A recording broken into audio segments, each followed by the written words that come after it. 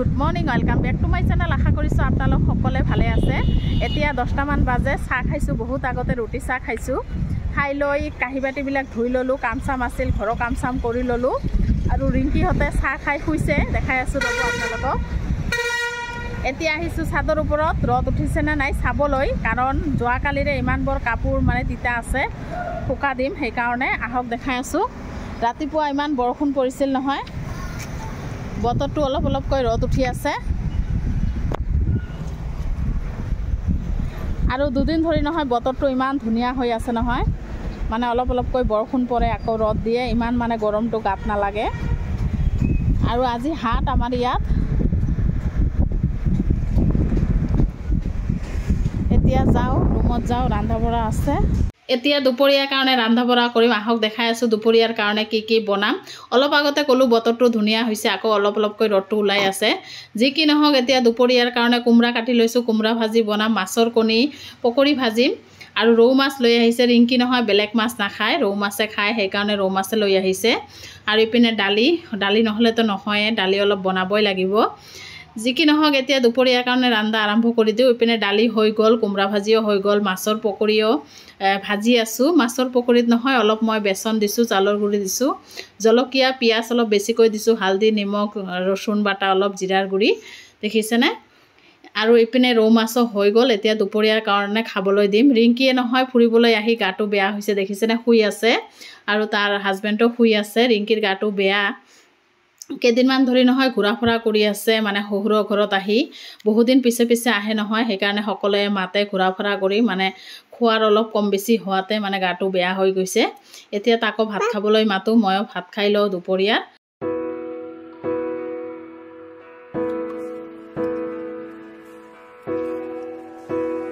সিহঁতক ভাত খাব দিলোঁ। আৰু ৰিংকিয়ে এইবিলাক নাখায়, ইমান মাখা বনাইছোঁ, তাক অলপ আলু চাটনি বনাই দিওঁ।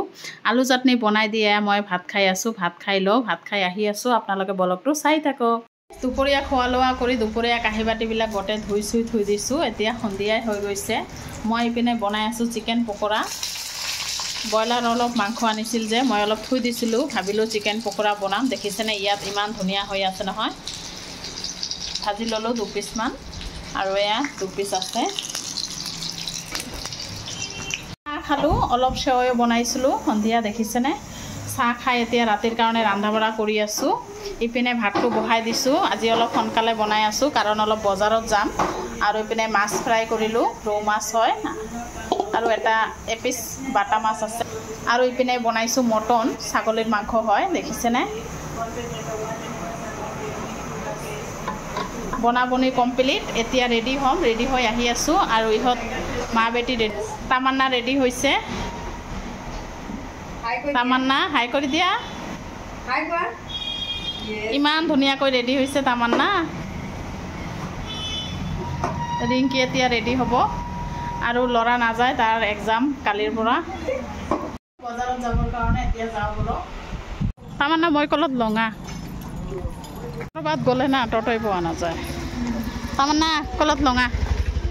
তামান্না বজাৰত আহি হাজবেণ্ডৰ লগত লগ কৰিলোঁ, কৰি পেলাই হাজবেণ্ডক লৈ দোকানত সোমাই আছোঁ। ৰিংকিহঁতকো লৈ আহিলোঁ, দেখালোৱে। তাই কি পচন্দ কৰে, এনে লৈ গ'লেতো পচন্দ হ'বও পাৰে নহ'বও পাৰে, সেইকাৰণে বজাৰত লৈ আহিছোঁ। চাই ল'ব আৰু এটা কি কি লয় নলয়। আৰু তাৰ ছোৱালীৰ কাৰণে এটা চাম। প্ৰথম আহিছে নহয়, কিবাটো দিবই লাগিব, যি কি নহওক। এতিয়া চাই থাকক কি লয়।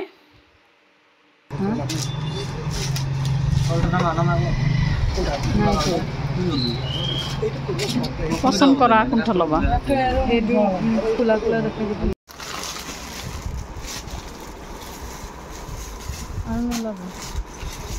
কলাটো ভাল লাগছে।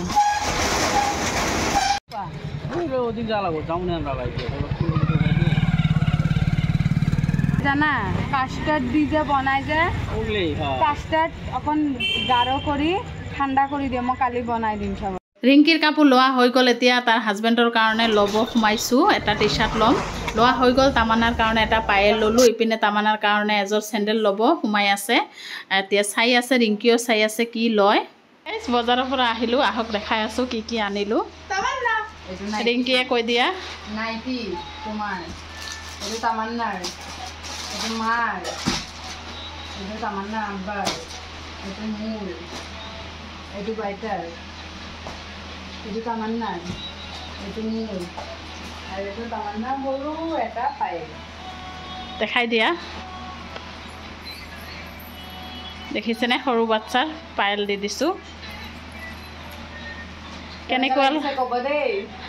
কেনেকুৱা লাগিছে গিফ্টবিলাক